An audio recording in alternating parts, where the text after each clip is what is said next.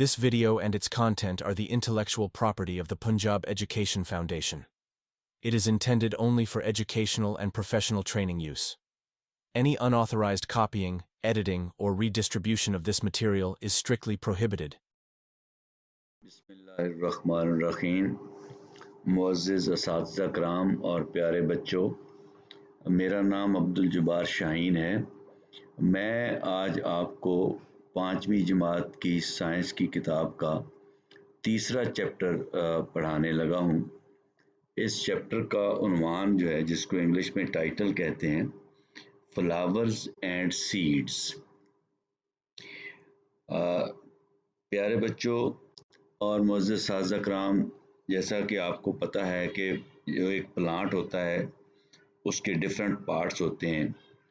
वो पार्ट जो ज़ेरे ज़मीन होता है, बिलो द अर्थ, उसको रूट्स कहते हैं। और वो रूट्स के बाद फिर स्टेम आता है, जिसको उर्दू में तना कहते हैं। स्टेम से फिर ब्रांचेस बनती हैं, जिसको उर्दू में शाखें कहते हैं।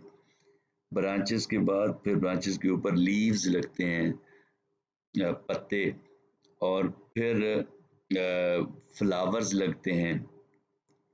और फ्लावर्स जो हैं वो फिर बाद में फ्रूट में तब्दील हो जाते हैं। तो ये बच्चों को मुअज़्ज़िज़ असातिज़ा कराम आपने बताना है कि पार्ट्स ऑफ द प्लांट ये होते हैं: roots, stem, branches, leaves, flowers, और फ्लावर से ही फिर फ्रूट बनता है और सीड बनता है।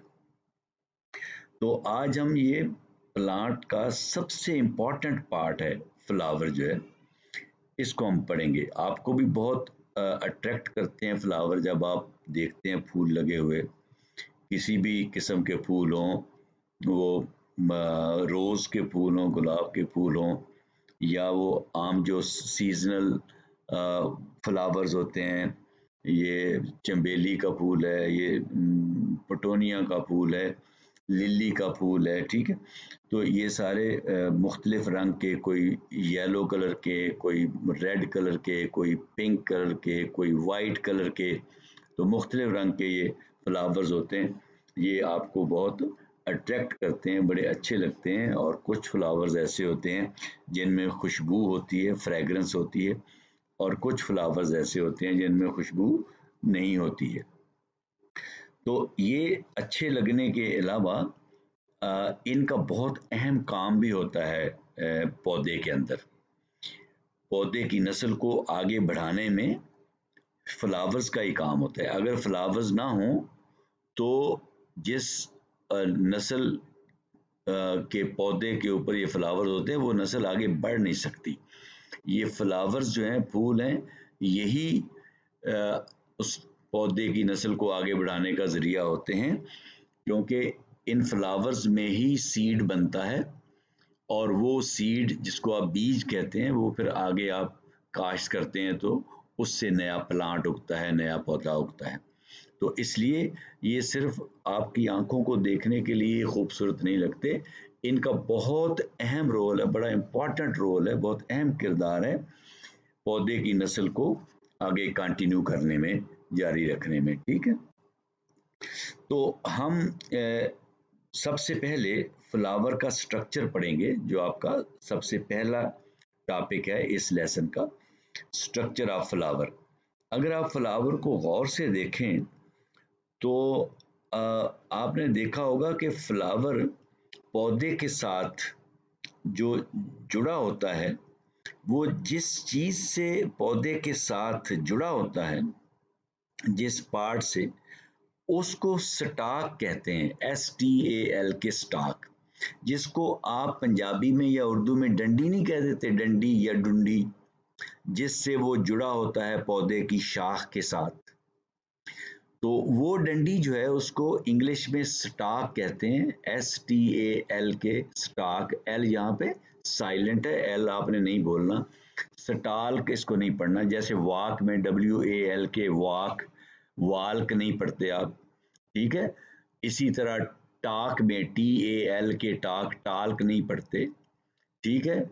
इसी तरह स्टाक जो है, STAL के इसमें भी एल साइलेंट है, जिस तरह वाक में एल साइलेंट है, जिस तरह टाक में एल साइलेंट है, इसी तरह काफ में CALF, काफ में एल साइलेंट है। ठीक है, बहुत सारे ऐसे हैं। अब इंग्लिश में आप पढ़ेंगे कि ये कुछ ऐसे लेटर होते हैं जो किसी जगह पे साइलेंट होते हैं। तो यहाँ पे स्टाक में एल साइलेंट है। साइंस की जुबान में इस स्टाक का एक और नाम भी है, पेडिसल, जो आपकी बुक में अगर आप अपने इस चैप्टर के पेज नंबर 29 पे जाएं तो उसके बॉटम में नीचे फ्लावर की स्ट्रक्चर बनी हुई है, डायग्राम बना हुआ है। उस डायग्राम में सारे फ्लावर के पार्ट्स जो हैं उनके नाम लिखे हुए हैं लाइनें लगाकर। अब आप ऐसे करें कि पेज 29 खोल लें, तो मैं आपको ये फ्लावर के सारे पार्ट्स, फिर उनके फंक्शन क्या है, क्या काम वो करते हैं, वो सारे मैं बताता हूँ। सबसे पहले तो मैंने आपको बता दिया है कि फ्लावर जो है वो जो कनेक्ट होता है पौधे के साथ, जुड़ा होता है जहाँ से पौधे के साथ, उस पार्ट को स्टाक कहते हैं या पेडिसल कहते हैं। आपकी बुक में जो डायग्राम बनी हुई है वहाँ पे पेडिसल लिखा हुआ है, PEDICEL। तो मोअज़्ज़िज़ साहब कराम, आपने बच्चों को ये स्पेलिंग भी याद करवानी है और ये प्रोनाउंसिएशन भी याद करवानी है कि आप कहें बच्चों को स्पेलिंग के साथ और वो आपके पीछे रिपीट करें, पेडिसल, PEDICEL, पेडिसल। तो बताएं बच्चों को कि ये वो पार्ट है जिस पार्ट से ये वो फ्लावर जो है वो कनेक्ट हुआ हुआ होता है, अटैच हुआ हुआ होता है प्लांट के साथ। तो इसका मतलब ये है कि अगर आपको ये बताना पड़े कि पेडिसल जो है उसका फंक्शन क्या है, उसका काम क्या है, तो आप ये कहेंगे कि पेडिसल वो पार्ट है फ्लावर का जिसके जरिए फ्लावर प्लांट के साथ अटैच होता है। ठीक है, प्लांट के साथ जुड़ा होता है। ये इसको पेडिसल भी कहते हैं, स्टाक भी कहते हैं। आगे चलते हैं, जो मेन पार्ट्स हैं फ्लावर के वो हैं फोर मेन पार्ट्स हैं। सबसे पहले अगर आप गौर से देखेंगे पेडिसल के ऊपर, तो वो ग्रीन रंग की छोटी छोटी पत्तियां हैं, जिनको आप लीफ तो नहीं कह सकते, छोटे लीफ को लीफलेट कहते हैं। तो वो लीफलेट्स होते हैं, उनको सेपल्स कहते हैं। यानी पेडिसल के बाद जो सबसे पहला, और वो चक्कर में होती हैं, इस तरह गोल चक्कर में फ्लावर के इर्द गिर्द वो ग्रीन कलर की लीफलेट्स होती हैं, उनको सेपल्स कहते हैं। तो ये एक चक्कर बना होता है, वर्ल, यानी फ्लावर के इर्द गिर्द होती हैं वो। अब असातिज़ा कराम को चाहिए कि कोई फ्लावर, एक टिपिकल फ्लावर कहीं से तोड़ के लाएं और वो बच्चों को पेडिसल भी दिखाएं, और वो जो ग्रीन लीफलेट्स हैं, सब्ज रंग की पत्तियां जो हैं जिनको सेपल्स कहते हैं, वो भी दिखाएं। और ये दिखाएं कि फ्लावर के इर्द गिर्द वो एक चक्कर की शक्ल में, वर्ल उसको कहते हैं, आपकी बुक में लफ्ज़ वर्ल लिखा हुआ है, वर्ल यानी चक्कर। तो वो एक वर्ल की शक्ल में फ्लावर के इर्द गिर्द वो ग्रीन लीफलेट्स होती हैं, उनको सेपल्स कहते हैं। ठीक है। अच्छा, अगर आप से कोई पूछे कि इनका क्या फंक्शन है, इनका काम क्या है सेपल्स का, तो आप ये बताएंगे कि सेपल जो है, जो फ्लावर के अंदर वाले जितने पार्ट हैं, सेपल्स के बाद जो अंदर वाला पार्ट है वो पेटल्स हैं, उसके अंदर स्टेमन्स हैं, उसके अंदर कार्पल्स हैं, उनको ये प्रोटेक्ट करती हैं, उनकी हिफाजत करती हैं। ठीक है, एक बात तो ये। एक बात जो आपकी बुक में नहीं लिखी हुई, आपको मैं बता देता हूँ कि जब फ्लावर अभी बना नहीं होता, अभी वो बिल्कुल छोटी स्टेज में होता है और वो एक बड की शक्ल में होता है। बड कहते हैं, BUD, बड स्पेलिंग है बड के, बड कहते हैं जब फ्लावर अभी खिला नहीं होता और वो एक उभार की शक्ल में पौधे की शाख के ऊपर बनना शुरू हो जाता है। जिस तरह, अब मैं क्या मिसाल दूं आपको, आपके अगर आपकी स्किन के ऊपर, आपके जिस्म के ऊपर कोई दाना बन जाए, कोई फोड़ा बन जाए फॉर एग्जाम्पल, तो वो इस तरह आपकी जिस्म के ऊपर उभर जाता है ना, उभरा हुआ निशान। इस तरह का उभरा हुआ निशान एक बनेगा पौधे के ऊपर, उसमें से फूल निकलेगा, उसको बड कहते हैं। तो ये जो सेपल्स हैं ये उस बड की भी हिफाजत करती हैं, ये पहले ही निकल आती हैं तो ये उस बड की हिफाजत करती हैं, उसको प्रोटेक्ट करती हैं, और जो इंटरनल पार्ट्स हैं उनको भी ये प्रोटेक्ट करती हैं। इंटरनल पार्ट्स फिर आप अभी सीखेंगे इसके बाद। तो पहला जो आपने पार्ट सीखा फ्लावर का वो सेपल्स हैं, यानी सेपल्स क्या होती हैं, ग्रीन लीफलेट्स हैं, यानी सब्ज पत्तियां हैं, ठीक है, और ये चक्कर की शक्ल में होती हैं, वर्ल इर्द गिर्द, फूल के इर्द गिर्द चारों तरफ ये होती हैं, ठीक है।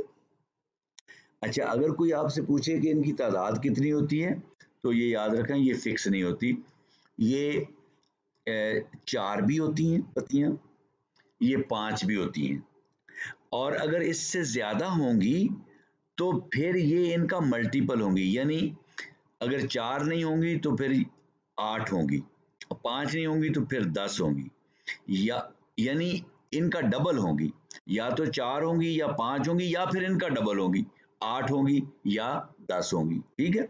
तो ये बात आपकी बुक में तो नहीं लिखी हुई मगर वैसे मैंने आपको बता दी है, आप याद रखें कि ये जो सेपल्स हैं ये पत्तियां कितनी होती हैं, या 4 होती हैं या 5 होती हैं आमतौर पर, और अगर इससे ज्यादा होंगी तो फिर या 8 होंगी या 10 होंगी, ठीक है। तो ये होगी आपकी सेपल्स जो पहला पार्ट है। दूसरा पार्ट जो है वो पेटल्स होता है, यानी पेटल्स वो पार्ट है, वो रंगीन पत्तियां, यानी कलर्ड लीफलेट्स, जे जिसको देख के आपको फूल अच्छा लगता है, वो एक्चुअली पिंक रंग या रेड कलर की होती हैं या वाइट कलर की होती हैं, ठीक है, या वायलेट कलर की होती है, मुख्तलिफ आप फ्लावर्स देखें येलो कलर की होती हैं, जैसे आप सरसों के फूल देखें तो येलो कलर के नहीं होते, जर्द रंग के। अगर आप ये अम्बलतास के फूल देखें वो भी येलो कलर के होते हैं, मगर अगर आप रोज के फूल देखें तो वो रेड कलर के होते हैं, और भी होते हैं, पिंक भी होते हैं, रेड भी होते हैं, इवन ब्लैक कलर में भी आता है, वाइट कलर में भी आता है रोज, तो मुख्तलिफ कलर्स में वो आता है। तो वो जो पत्तियां जिन जो कलरफुल होती हैं, कलरफुल लीफलेट्स, उनको पेटल्स कहते हैं। अच्छा, अब ये है कि पेटल्स कितनी होंगी, अब पेटल्स भी इसी तरह ही जिस तरह सेपल्स होती है ना, तो पेटल्स की तादाद भी एग्जैक्टली ऐसे ही है कि वो 4 से 5 या फिर उसका डबल, मल्टीपल, 4 का मल्टीपल, यानी 4 का टेबल पढ़ लें, 4 2 आर 8, या वो 8 होंगी, या वो 5 का टेबल पढ़ लें या वो 10 होंगी। इसी तरह सेपल्स की तरह ये पेटल्स जो हैं ये भी या 4 होती हैं या 5 होती हैं या फिर उनका डबल होती है, ठीक है। तो ये भी आपने याद रखना है। और ये आपको मैंने बता दिए कि सेपल्स जो थी वो तो ग्रीन थी, पेटल्स हैं ये कलरफुल हैं, कलर्ड हैं, ठीक है, और ये भी वर्ल की शक्ल में होती हैं, ये भी चक्कर की शक्ल में होती हैं, ठीक है। ये सेपल्स के अंदर होती हैं, और ये भी वर्ल, WHIRL, वर्ल, चक्कर, उस शक्ल में ये भी अरेंज होती हैं फ्लावर के अंदर। और इनका काम क्या है, इनका क्या काम, आपकी आंखों को अच्छी लगती हैं, अगर आपकी आंखों को अच्छी लगती हैं तो फिर ये जो इंसेक्ट्स हैं और बर्ड्स हैं उनकी की आंखों को अच्छी लगती हैं, तो बर्ड्स को, इंसेक्ट्स को ये अट्रैक्ट करती हैं अपनी तरफ, उनको मुतवज्जो करती हैं, कशिश इनमें होती है उनकी तरफ, इंसेक्ट्स और बर्ड्स, कीड़े और परिंदे जो हैं वो फूलों की तरफ जाते हैं, ये सिर्फ इनकी वजह से, पेटल्स की वजह से, ठीक है, जो क्योंकि इनका रंग बड़ा अट्रैक्टिव होता है, खूबसूरत होता है, ठीक है। अच्छा, उसके बाद अगला पार्ट है स्टेमन्स। अच्छा, स्टेमन जो है ये फिर उसके बाद, पेटल्स के बाद अगला चक्कर जो है वो स्टेमन्स का आता है, ठीक है जी। अब स्टेमन्स जो हैं ये होते क्या हैं, ये पेटल से भी ज्यादा अहम है, स्टेमन और उसके बाद फिर अंदर कार्पल आएगा। ये स्टेमन जो है ये भी इसी तरह जिस तरह सेपल्स और पेटल्स होती हैं, स्टेमन्स जो हैं इनकी तादाद भी 4 होगी या 5 होगी या फिर उसका मल्टीपल होगी, यानी या 8 या फिर 10। ठीक है, इसी तरह स्टेमन्स की तादाद भी ऐसे होगी। और ये होता क्या है, स्टेमन जो है ये नर हिस्सा है पौधे का। आपको पता है ना, एक नर होता है, एक मादा होती है। नर को अंग्रेजी में मेल कहते हैं, मादा को अंग्रेजी में फीमेल कहते हैं। यानी ये मेल पार्ट है फ्लावर का, मेल पार्ट है। यही पार्ट जो है ये जिम्मेदार है कि जो फूल है उसमें सीड बनाने का और उसी फूल में यानी उसी फ्लावर का फ्रूट बनाने का। यानी सीड या फ्रूट जो बनता है वो इस पार्ट की वजह से बनता है, स्टेमन की वजह से बनता है। ये मेल रिप्रोडक्टिव पार्ट होता है फ्लावर का।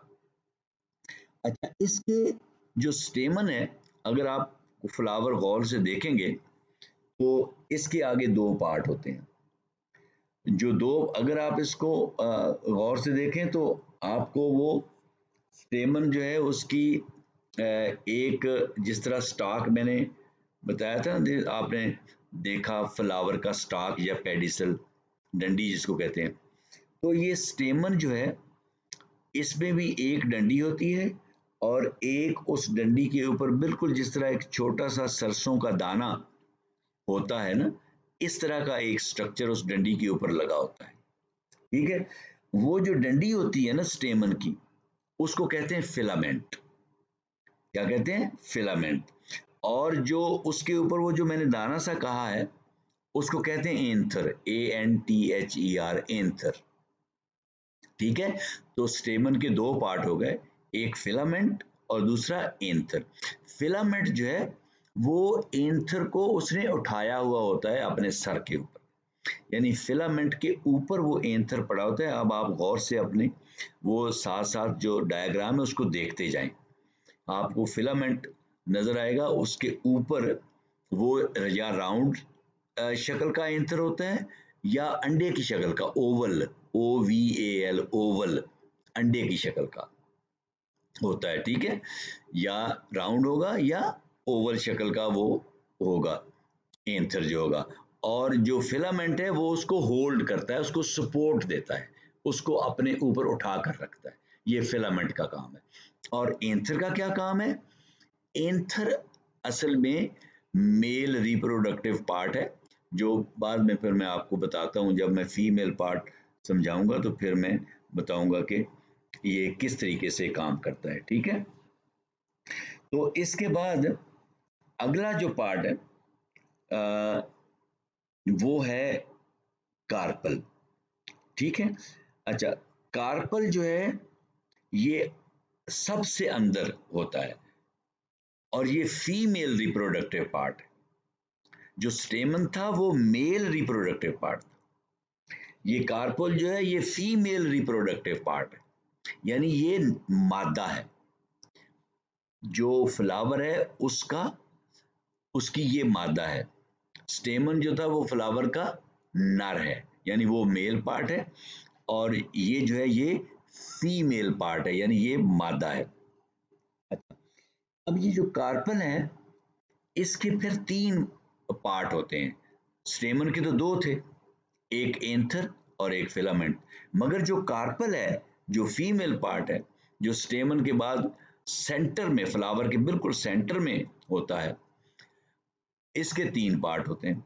जो टॉप पे है वो उसकी उस इसका जो ऊपर वाला पार्ट है उसको अगर आप गौर से देखें तो जिस तरह एक ऐसे छोटी सी टोकरी सी नहीं होती, आप फ्लावर अगर गौर से देखेंगे ना उसमें वो पार्ट देखेंगे तो आपको ऐसे लगेगा जैसे कि किसी बोतल का ऊपर से मुंह चौड़ा होता है, फिर नीचे गर्दन होती है बोतल की, तो इस तरीके से वो ऊपर से बिल्कुल बॉटल शेप्ड होता है। जो ऊपर वाला पार्ट है उसको स्टिग्मा कहते हैं। यानी कार्पल का जो पहला पार्ट है, टॉप मोस्ट, सबसे ऊपर वाला, उसको स्टिग्मा कहते हैं। और उसकी शक्ल आप देखेंगे तो बिल्कुल ऐसे गोल, पंजाबी में क्या कहते हैं उसको, चिक्कू कहते हैं टोकरी को, गोल सी जो होती है, इस तरह का वो होता है। या गोल बोतल का मुंह आप देख लें, इस तरह का वो स्टिग्मा इस तरह का होता है। उसके बाद उसके नीचे वो स्टिग्मा जो है, उसके नीचे बिल्कुल स्टाक की तरह का एक पार्ट है जिसको स्टाइल कहते हैं, STYLE, स्टाइल, ठीक है। ये बिल्कुल जिस तरह बोतल की गर्दन होती है ना, नेक शेप्ड पार्ट है ये कार्पल का जो पार्ट है ये नेक शेप्ड है, बोतल की शक्ल जैसा है, ठीक है।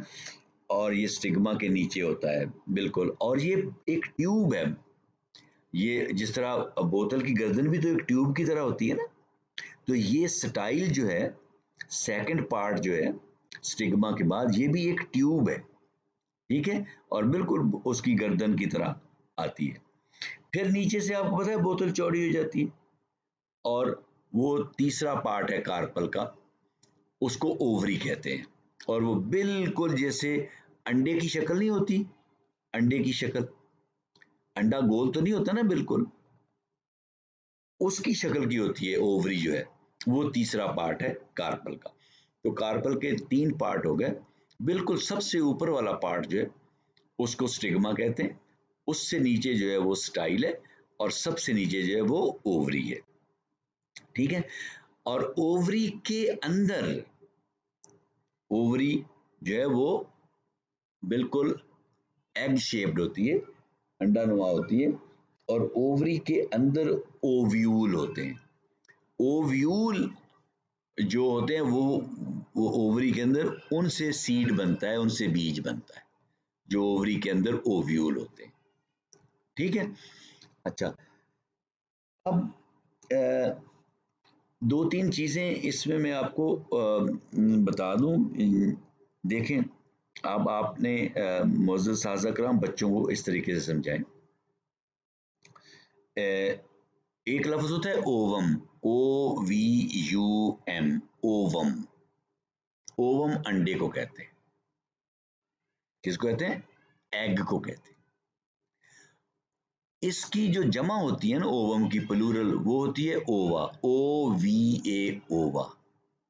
ज्यादा अंडों को ओवा कहते हैं, ठीक है। और ये जो ओवा होते हैं, ज्यादा अंडे होते हैं, यानी ओवम होते हैं, ये जिस जिस पार्ट के अंदर होते हैं उसको ओवरी कहते हैं, ठीक है। अगर ये जानवरों में या इंसानों में हो तो फिर इसको क्या कहेंगे हम? ओवम एक अंडे को कहेंगे, ओवा उसकी प्लूरल है, जमा है, ज्यादा अंडे हैं, और ओवरी वो है जिसके अंदर ये अंडे होते हैं। अगर पौधे की बात करें तो हम उस अंडे को ओवम नहीं कहते, और उसकी प्लूरल वहां पे ओवा भी नहीं हुई, क्योंकि उसको ओवम हम कहते ही नहीं। जो प्लांट है उसके फ्लावर में ये जो ओवरी होती है, इसके अंदर जो एग होता है उसको ओव्यूल कहते हैं, और उसकी प्लूरल ओव्यूल्स होती है, ठीक है। तो अब आपने कितने लफ्ज सीखे? ओवम अंडा, उसकी प्लूरल ओवा, ज्यादा अंडे, अगर ये जानवरों में हो, और जिसमें होते हैं ये अंडे उसको ओवरी कहते हैं, जिस्म के उस पार्ट को ओवरी कहते हैं। अगर पौधे होंगे तो पौधे का फ्लावर में वो पार्ट कहलाएगा तो ओवरी, मगर उसके अंदर जो अंडे होंगे उनको ओवम या ओवा नहीं कहेंगे, उनको ओव्यूल कहेंगे। और ओव्यूल की प्लूरल होती है ओव्यूल्स, ठीक है। और ओव्यूल्स एक ओवरी में मुख्तलिफ हो सकते हैं, एक भी हो सकता है, एक से ज्यादा भी हो सकते हैं। वो डिपेंड करता है कि कौन सा, किस पौधे का ये फूल है, उस पे मुनहसर है। कुछ में ज्यादा होते हैं ओव्यूल्स, कुछ में कम ओव्यूल्स होते हैं। अच्छा, इसी से लफ्ज ओवल निकला है, OVAL, ओवल, अंडे जैसा, ठीक है। अब मैंने कहा ना, ओवरी जो है उसकी शेप होती है ओवल, अंडे जैसी, एग शेप्ड, ओवल, ठीक है, तो बहुत सारे लफ्ज आपने सीखे जिनका एक जैसा मतलब है। ओवम, ओवा, ओवल, ओव्यूल, ओव्यूल्स, ओवरी। तो ये सारे लफ्ज जो है एक ही सेंस में मैंने आपको समझाए, और ये इनकी बेस आपको समझ आ गई होगी कि सेंस एक ही बनती है डिफरेंट मीनिंग्स के साथ। ठीक है, अच्छा, अब ये सारे पार्ट्स थे फ्लावर के जो आपने सीखे। हम एक दफ़ा फिर इन पार्ट्स को दोहरा लेते हैं ताकि आपको याद हो जाए। मैंने जैसे कहा फ्लावर प्लांट का सबसे अहम पार्ट है, क्योंकि इससे ही आगे नस्ल चलती है उस पौधे की, क्योंकि फ्लावर के अंदर ही सीड बनता है, बीज बनता है। वही बीज आप फिर अगले साल काश्त करेंगे तो नया पौधा उससे उगेगा। अगर बीज नहीं बनेगा तो नया पौधा नहीं होगा, उसकी नस्ल आगे नहीं चलेगी। तो फ्लावर बहुत इम्पॉर्टेंट होता है। फ्लावर जो है वो अकेला एक शाख के ऊपर, एक डंडी के ऊपर, एक स्टॉक या पेडिसल के ऊपर एक भी हो सकता है, और पूरा गुच्छा भी हो सकता है। बंच, BUNC, बंच, गुच्छा। तो बंचेस में, गुच्छों में भी फ्लावर हो सकते हैं और अकेले अकेले भी हो सकते हैं। मसलन गुलाब का फूल आपको अकेला नजर आएगा, मगर सरसों के फूल अगर आप देखें, सरसों को इंग्लिश में कहते हैं मस्टर्ड, MUSTARD, मस्टर्ड। अब खेतों में सरसों देखें, उनके फूल देखें, वो गुच्छों में होते हैं। ठीक है, तो अब पार्ट्स पहले हम पढ़ चुके हैं कि जो वो पार्ट जिससे फ्लावर प्लांट के साथ अटैच हुआ हुआ होता है, जुड़ा होता है, उसको पेडिसल कहते हैं या स्टॉक कहते हैं। तो आपकी बुक में उसको पेडिसल लिखा हुआ है। फिर 4 पार्ट्स हमने पढ़े। सबसे पहला जो पार्ट होता है उसको हम सेपल्स कहते हैं। ये ग्रीन लीफलेट्स होते हैं और ये वर्ल की शक्ल में होते हैं, चक्कर की शक्ल में होते हैं। ठीक है, और अगला पार्ट हमने पढ़ा पेटल्स का।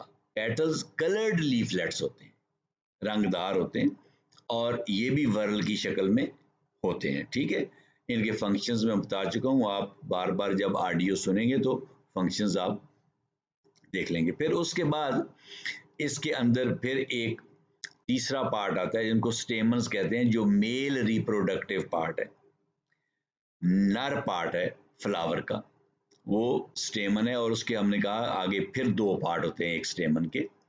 वो जो टॉप पे होता है उसको एंथर कहते हैं, और जिसके ऊपर वो एंथर लगा होता है उसको फिलामेंट कहते हैं। ठीक है, फिर हमने देखा कार्पल को, जो चौथा पार्ट है। हमने कहा ये फीमेल रिप्रोडक्टिव पार्ट है, और ये फीमेल रिप्रोडक्टिव पार्ट जो है इसके फिर आगे 3 पार्ट होते हैं। एक स्टिग्मा है ऊपर वाला, फिर स्टाइल है, फिर ओवरी है। फिर हमने कहा कि ओवरी के अंदर भी कुछ पार्ट्स होते हैं, उनको ओव्यूल्स कहते हैं। एक हो तो ओव्यूल, ज्यादा हो तो ओव्यूल्स। अब हम ये देखते हैं कि मेल और फीमेल पार्ट आपस में किस तरह मिलके सीड और फ्रूट बनाते हैं। ठीक है, अब आपने मेरी बात गौर से सुननी है।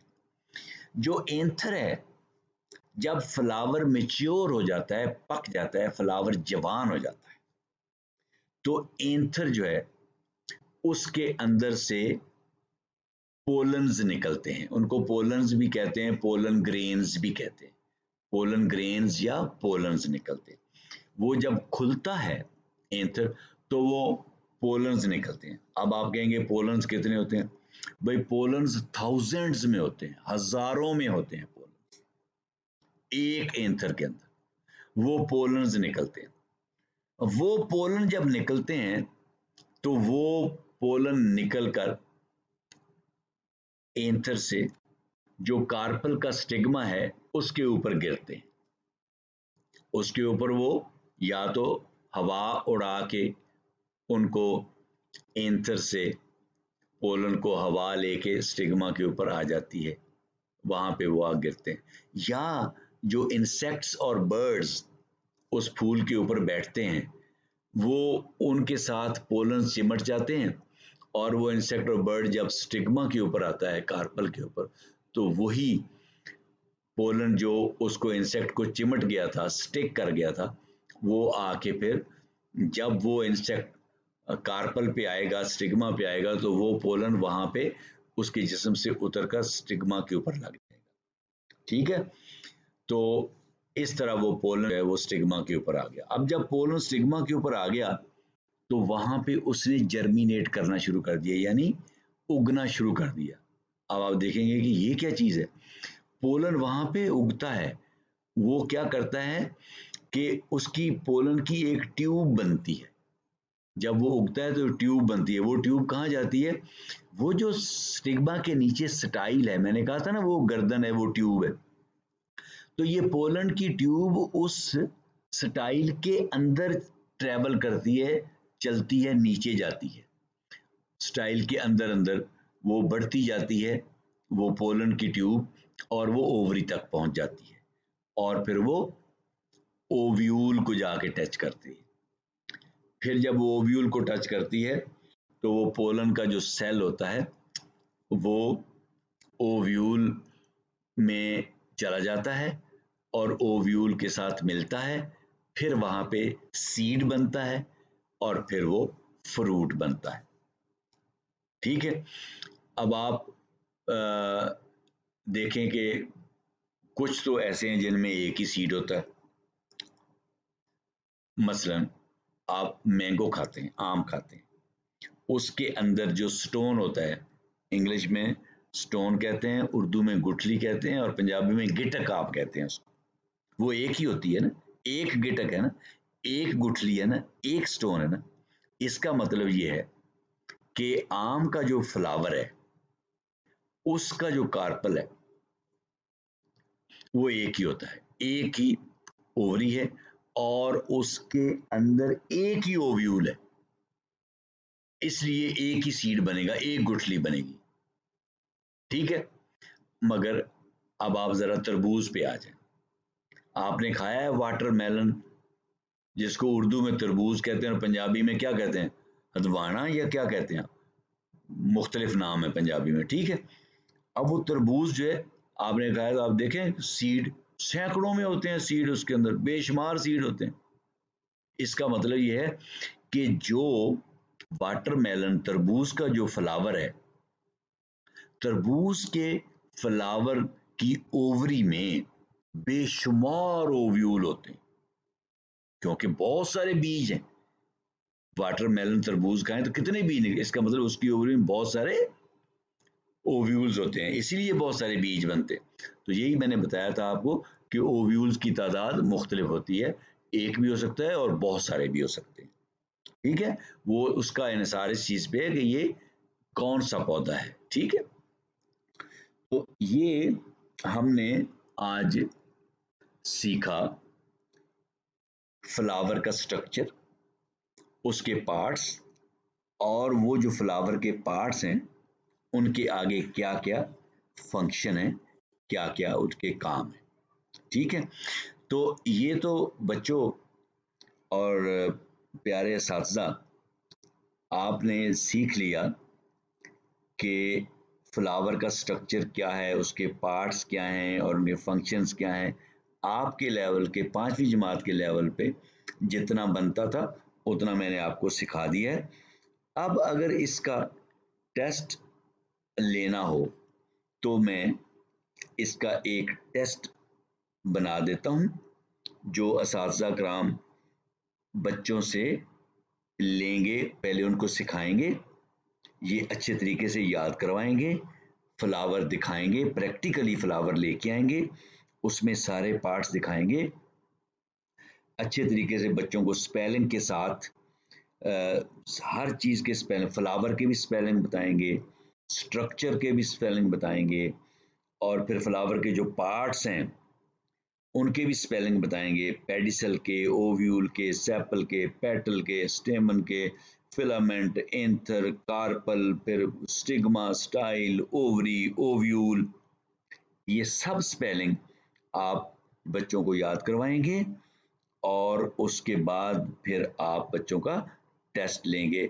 इसमें मैं आपको एक टेस्ट का स्पेसिमन भी बना के भेजूंगा, जो आपको पेफ की वेबसाइट पे मिलेगा और उसको आप डाउनलोड करेंगे तो उसके मुताबिक आप बच्चों का टेस्ट लेंगे और मैं वो जो टेस्ट बनाऊंगा उसका वो जो क्वेश्चंस होंगे एक मैं आंसर की भी साथ भेजूंगा बना के, उनके आंसर्स भी साथ दूंगा ताकि जो असातिज़ा कराम हैं उनको दिक्कत ना पेश आए।